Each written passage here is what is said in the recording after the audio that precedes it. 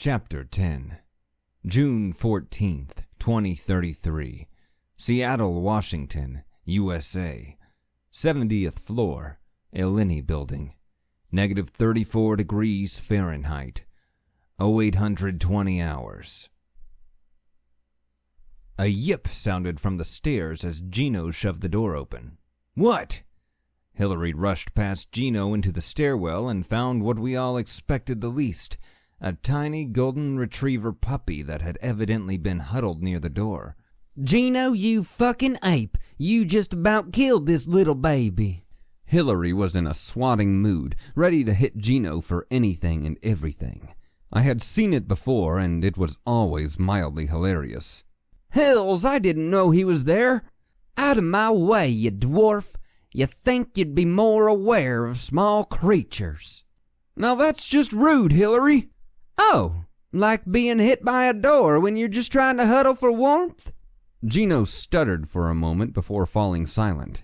He looked aghast, obviously having meant no harm. I knew Hillary wasn't truly mad at him. She was mad about him and for him, but neither could express it well. Everybody could see it but those two. Hillary, I spoke up, why don't you just take the pup inside? Find Linda, she'll figure something out.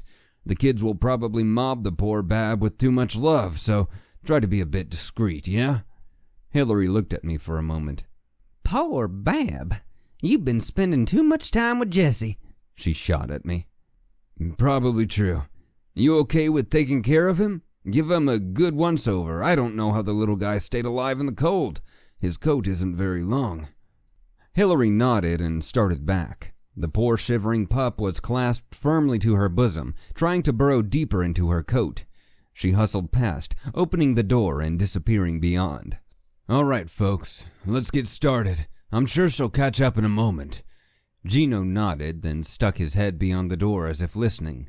He took a moment, then muttered, "Clear," and walked to the stairwell. I watched him with fascination. He was methodical, moving from each section of stairs and checking each section below. Anything he could see in the sweep of his flashlight was carefully studied before he led us further. I thought it was a bit much, what with the environment itself being inimical to life.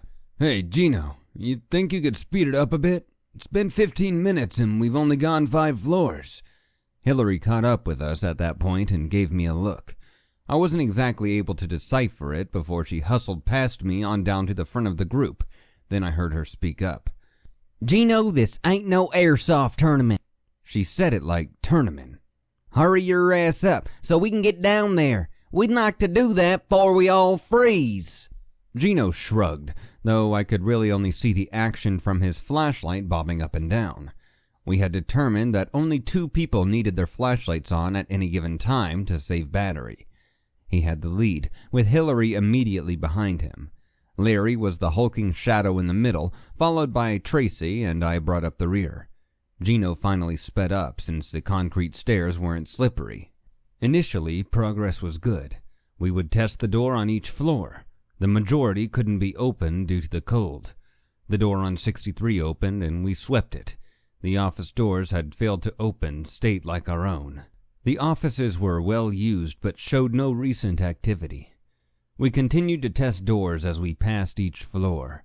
Gino put up a fight, but ultimately we decided as a team that finding supplies near our floor was more important. Survivors were also a possibility, especially considering the puppy. It had come from somewhere. Some floors had layouts that were less generous. Occasionally, instead of a door on one side of the elevator lobby, a hallway would lead off to the far end of the building. These hallways led to much smaller offices, though most had the basic amenities, such as bathrooms and even shared break areas.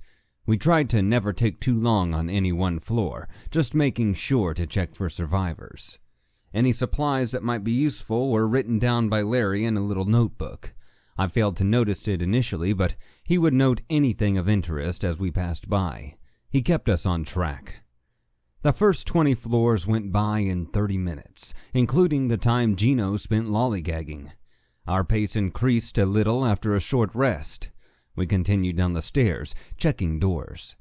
The 44th floor was wide open, the fire door held open by a wedge.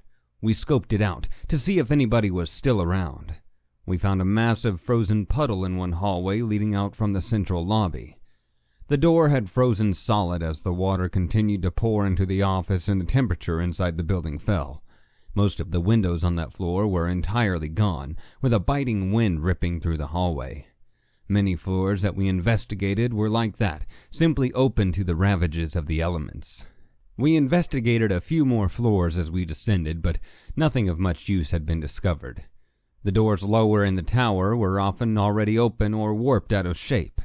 It took another hour to reach floor 30. There we did find signs of recent activity. The fire door showed marks where the paint had been scratched away by a tool. The scratchings weren't legible, though it might have been a message at some point. It had only been just over a day. Still, the complete lack of bodies was weighing on my mind. That and the constant whistling of wind through broken windows and paper sliding across the carpet and concrete floors. We stepped into the lobby and could hear wind howling through the open-plan office on the west side. On the east, it was much quieter. The door on the west side was wedged ajar by a piece of broken furniture. I nudged the door open with my flashlight, having taken the lead a few flights before. Larry stood across the doorframe from me, ready to club anything that charged us. All we met was the pitch black of a closed office. This one had shades drawn across all of the windows, though more than a few billowed with wind. I swept my light across the open floor plan, not particularly surprised at how closely it mirrored our own office. Movement was constant, as was the sound. Gino wiggled in past Larry and me, keen to explore. We saw wood furniture broken into pieces near a burn mark on the floor near the center of the office. "Gino," I hissed. He ignored me, taking a few steps into the room. "Gino, get back here! I don't see anybody!" "Shut it, Dante. That's a fresh fire. It had to have been lit no more than an hour ago. Look, you can still see some embers glowing near the center." I looked past him, and sure enough, faint coals glowed in the makeshift pit. The walls of cubicles had been built up around the pit almost like an igloo, presumably to contain the heat. Wind howled through the windows, stirring debris. Soot stained the edges of the walls over the pit and the ceiling above it. A blanket sat forlornly near the fire, abandoned. Gino took another few steps forward.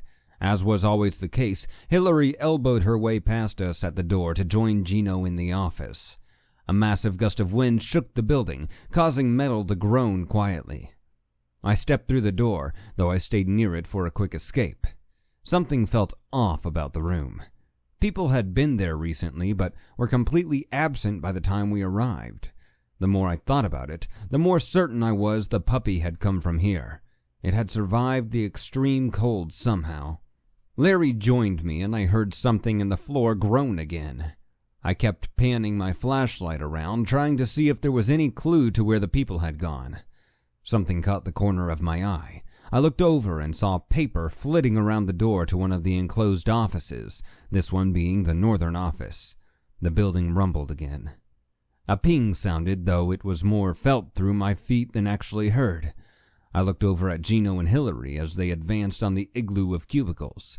Larry stood beside me, and Tracy stood before the doorway, still in the lobby. Both Gino and Hillary stopped suddenly, seeming to hop a little. I felt the groan through my feet again and watched as they lurched. "Gino! Hillary!" As I spoke, the floor buckled, sagging under them. They turned and looked at me, frozen in fear. Then a mighty shriek of rending metal sounded and the floor collapsed, taking them with. I started forward, but Larry grabbed me by the shoulder. A plume of dust shot through the newly opened hole. I could see metal piping with frozen water sticking out of the jagged edges of the concrete. Time felt strange, like it was thick enough to cut with a butter knife. I stepped forward near the edge of the hole. I couldn't believe how quickly the floor had collapsed. One moment they had been standing together, the next they were gone, disappeared into the darkness below. My flashlight couldn't pierce the darkness. "Gino! Hillary! Holy shit! Are you okay?"